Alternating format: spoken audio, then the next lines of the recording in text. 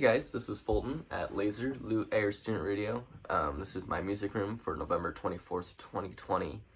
If you're new here, this is where I look at albums I've been listening to in the physical format over the past week, and I discuss them in a very improvised way. So first up, only CD this week, Felonious Monk, The Blue Note Years, a great compilation focusing on Felonious Monk's earlier repertoire.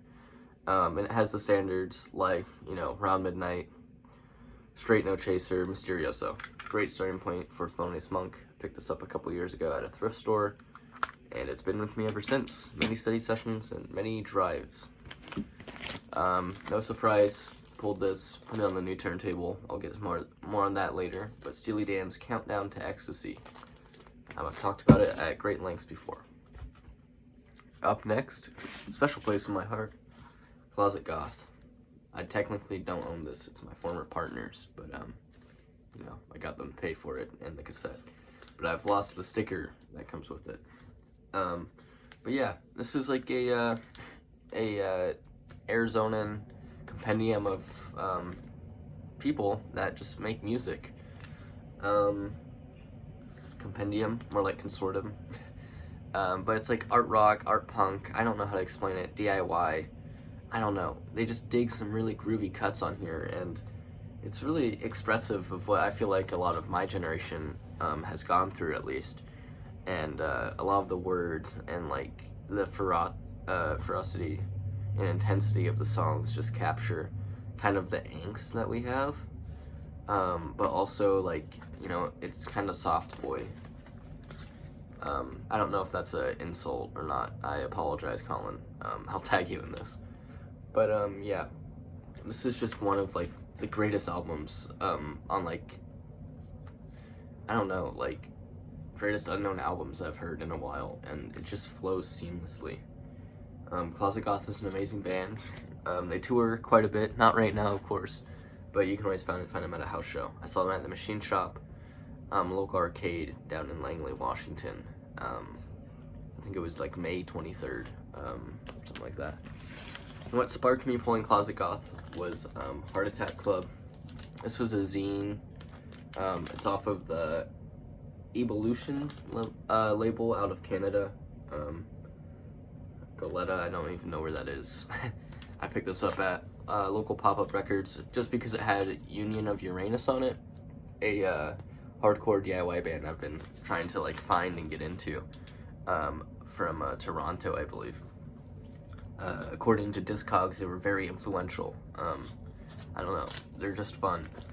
My favorite song on this album was, it's from the band Amber Inn, and it just had a different pace and it felt way more constructed than any of their songs on there. Up next, I pulled this, I'm going to listen to it soon.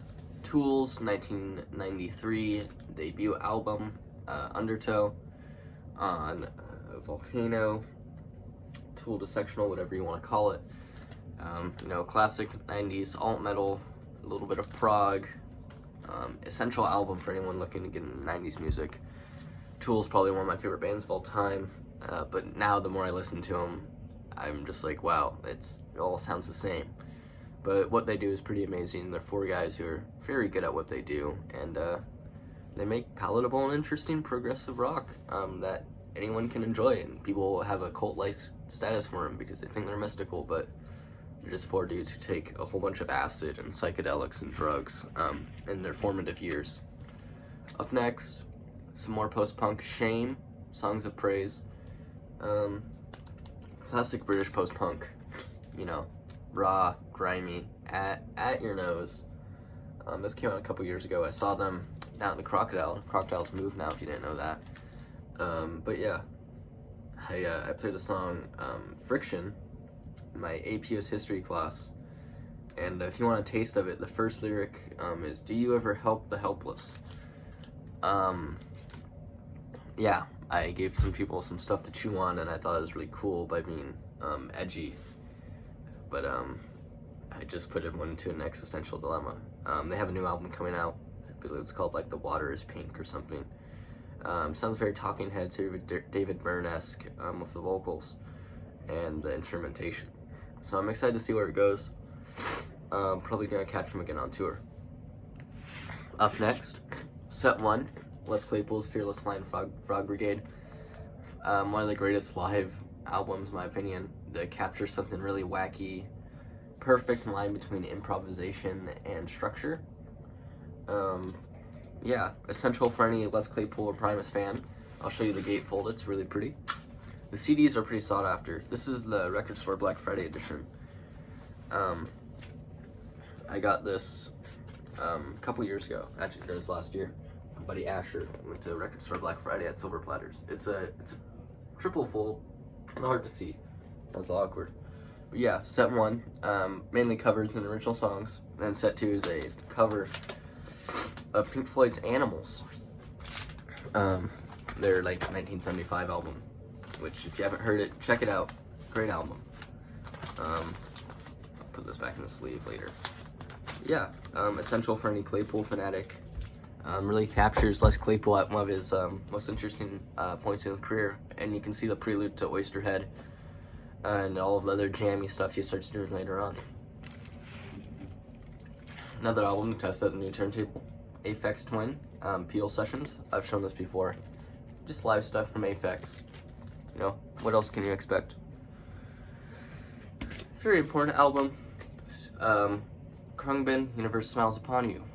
Personally, one of my favorite albums of all time, one of the most formative ones in my life. Spawned the love for an amazing band, full of amazing people. Yeah, I don't know. Kind of hard to explain, just toss it on. In fact, my buddy Felix and I wrote an article on Khruangbin. You can find it at mass.media.pou or massmedia.pou.edu. It's called Cultivating Global Literacy. It explains everything in this album and what songs you should listen to. Up next, Test New Turntable. Early First Press, Steely Dan's Asia. Essential album for any Steely Dan fan. I've shown this before. Yeah. Excuse me. Put the new turntable on the speakers through its paces. I think it passed. Up next, I got some New York pop. I think I've shown some of their other work before, but not Steely Dan. The Shack's Haze. This came out like 2018. You know, classic poppy. They're tapping into something really, really old here. I can't tell if it's mixed in mono or not, but fun album. Just something to toss on and relax to. Nothing too deep or important. Up next, Steely Dan, Guacho. Got this in the mail the other day. Self-explanatory, sequel to Asia. I'll inform you guys more when I listen to it again. I'm just slowly getting through the day and peeling myself away from Spotify. Payola. Up next, Moaning, 2018 again. 2018 was a big year in music for me.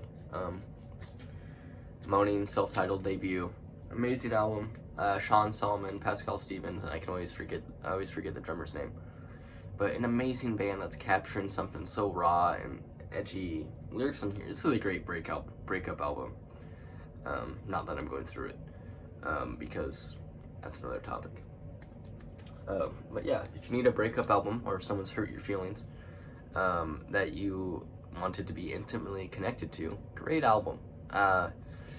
Lyrics really get you, and the sound is just edgy, noisy, calculated, amazing.